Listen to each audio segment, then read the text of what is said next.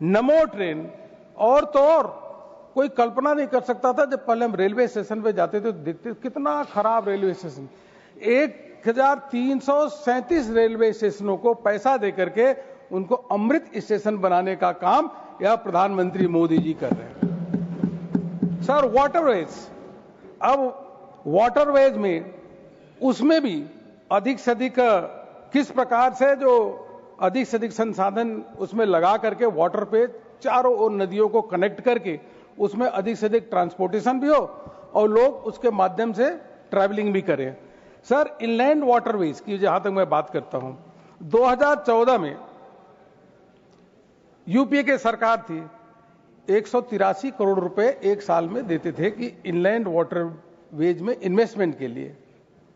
यह मोदी सरकार है, 183 करोड़ की जगह 2025 में 1700 करोड़ रुपए में 8 गुना अधिक पैसा देने का काम किया। सर जो हमारे ऑपरेशनल नेशनल वाटरवेज थे, यूपीए के समय 3 थे, अब जाकर 29 हो गए हैं।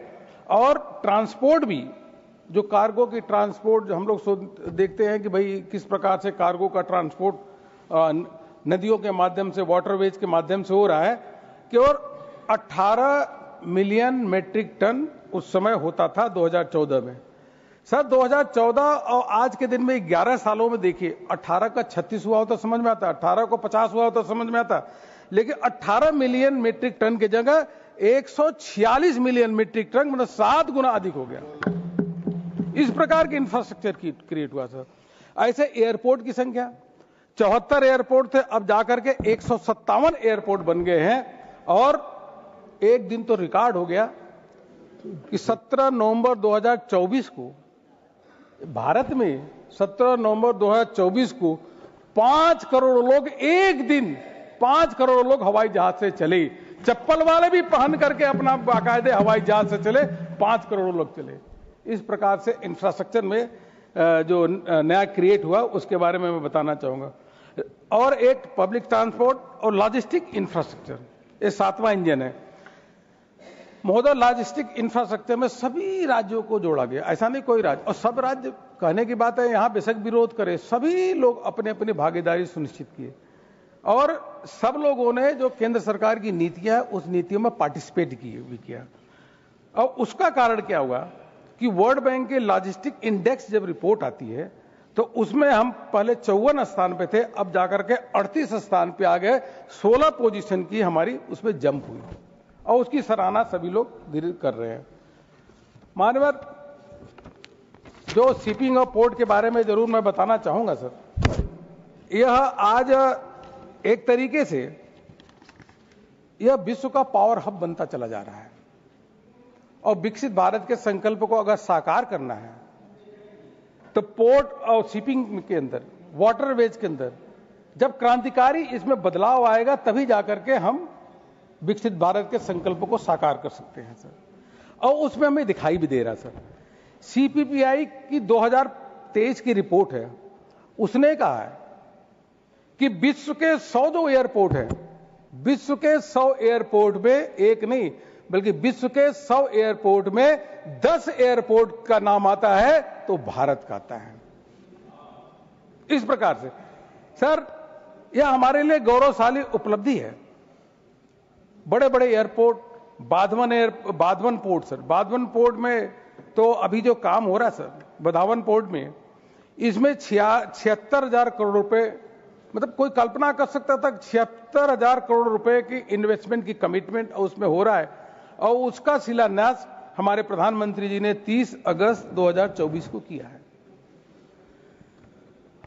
हाँ, सबसे बड़ा एयरपोर्ट है। वैसे केरल में भी, निकोबार में भी बड़े बड़े एयरपोर्ट, बड़े बड़े पोर्ट की वहां पे बन रहे हैं।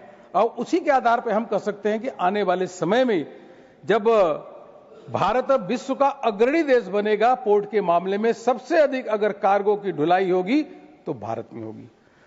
सर भारत का अंतर्राष्ट्रीय शिपमेंट जो इसका इंडेक्स है सर, यह पहले 44 नंबर पे था।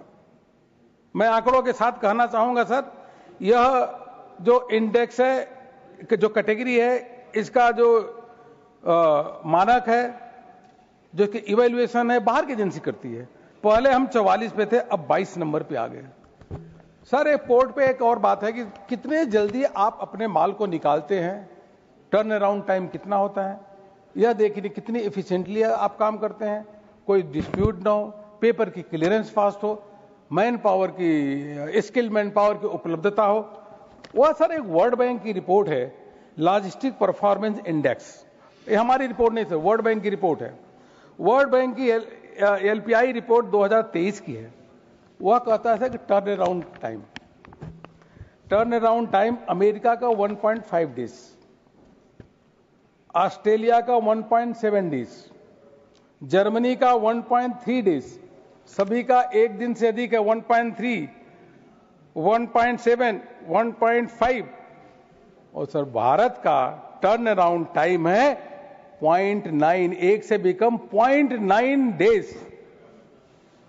यह इफिशिएंसी है सर। ये विश्व देखता है कि कितने जल्दी आप कार्गो से अपना सामान का टर्न अराउंड कर लेते हैं।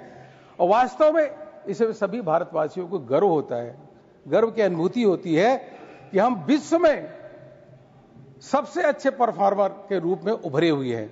इसलिए हमारी विश्व भर में एक प्रशंसा होती है सर। और ये भी कहने की जरूरत नहीं है सर, बताने की जरूरत नहीं, फिर भी बता ही देता हूं सर। यूपीए के समय 2013-14 तक ये टर्न अराउंड टाइम होता था 94 घंटे, मतलब 94 आवर्स। ये भी मैं सदन के सामने रखना चाहूंगा सर। सर हमारे जो सबसे पहला यह पोर्ट जो बना कलकत्ता में 144 साल पहले, और वैसे कानून भी उसके बाद ही पहली बार समाप्त होकर दूसरा कानून ले आ रहे हैं।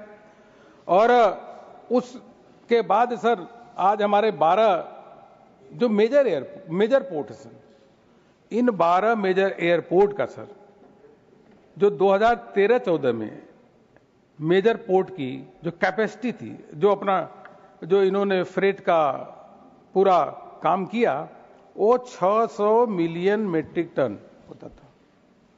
और आज के दिन में 600 मिलियन मीट्रिक टन के जगह आज के दिन में 1081 मिलियन मीट्रिक टन आज इन पोर्ट की काम कर रहे हैं सर। और टोटल अगर छोटे और बड़े दोनों पोर्ट को मिला ले सर, तो उनके समय में 1400 मिलियन मीट्रिक टन पहले होता था। आज सर 1400 से कोई 1-1.5 गुना नहीं, बल्कि 2762 मिलियन मीट्रिक टन की आज काम हो रहा है भारत में। यह इस प्रकार की कैपेसिटी बढ़ी है, इस प्रकार का काम का वॉल्यूम बढ़ा है। और इसी के कारण सर, इसी के कारण जो है भारत की आर्थिक प्रगति बहुत तेजी से आज चल रही सर। सर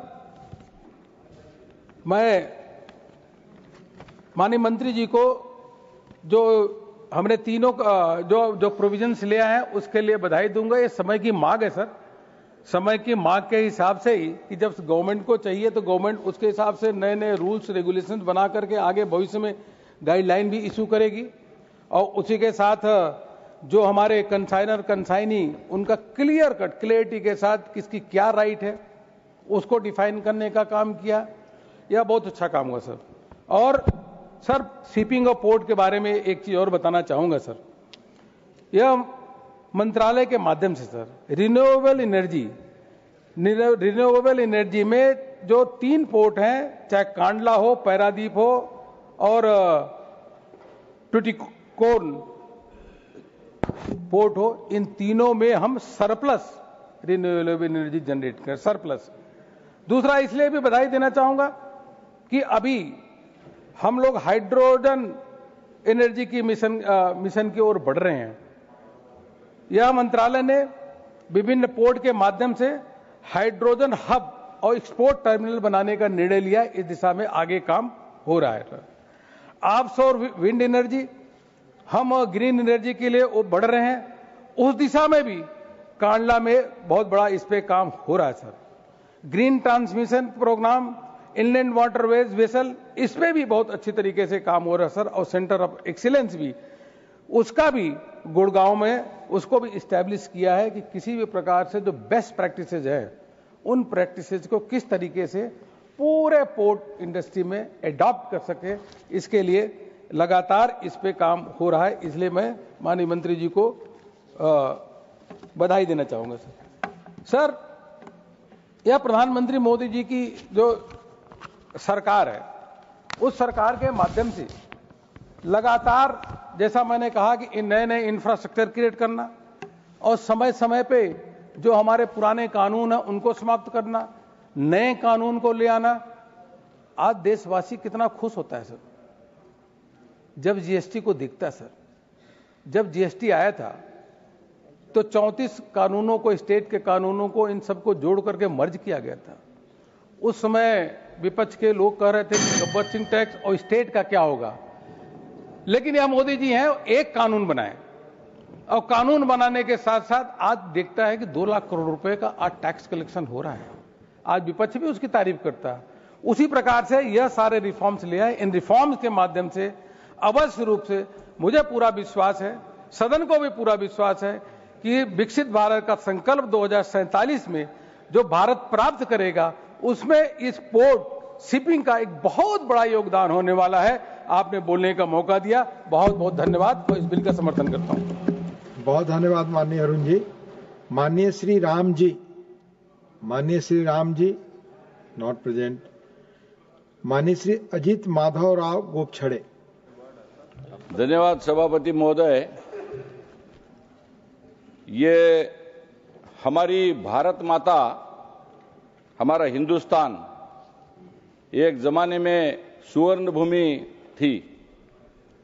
ये सुवर्ण भूमि का कारण था हमारा समुद्री व्यापार, क्योंकि रामदेवराय, कृष्णदेवराय, शालिवाहन राजा जिनके नाम से शक चलता है, हमारे विक्रमादित्य, चौल राजा, इनके माध्यम से पूरे विश्व में सोना, चांदी, वस्त्र, ज्वेलरी, आयुर्वेद, अनेकों पदार्थ खाद्य के जो होते, इन चीजों का व्यापार अंतर्राष्ट्रीय क्षेत्र में संपूर्ण विश्व में होता था। इसके माध्यम से हमारा हिंदुस्तान समुद्री व्यापार के माध्यम से विश्व को हम नेतृत्व, हमारे माध्यम से समुद्र के व्यापार के माध्यम से हम नेतृत्व करते थे। बाद में अब इसके बीच में हमारे महाराष्ट्र के छत्रपति शिवाजी महाराज, जिनके बारे में हमको अभिमान है, इन्होंने मराठा साम्राज्य और स्वराज्य की स्थापना की, एक मजबूत नौसेना भी खड़ी की, समुद्र की सीमाओं की रक्षा की। ये जो मराठा जहाज थे, ये छोटे छोटे तकनीकी रूप से सीमित थे। सूरत जैसे बंदरगाहों से औरंगजेब की आपूर्ति की श्रृंखला को काटकर 27 वर्षों की लंबी युद्ध में उन्होंने छत्रपति शिवाजी महाराज जी ने एक अहम भूमिका निभाई थी। जल और स्थल दोनों पर छापामार युद्ध की रणनीति के माध्यम से, इस माध्यम से हमारा जो समुद्री आरमार और व्यापार था वो विश्व में बहुत ही ताकतवर था। छत्रपति शिवाजी महाराज के जमाने में सम्राट अशोक और मौर्य के वंशज के काल में सम्राट अशोक ने व्यापार के साथ साथ धर्म प्रचार के लिए भी जल मार्ग का उपयोग किया और भारत का सांस्कृतिक और आर्थिक प्रभाव समुद्र के पार फैला गया।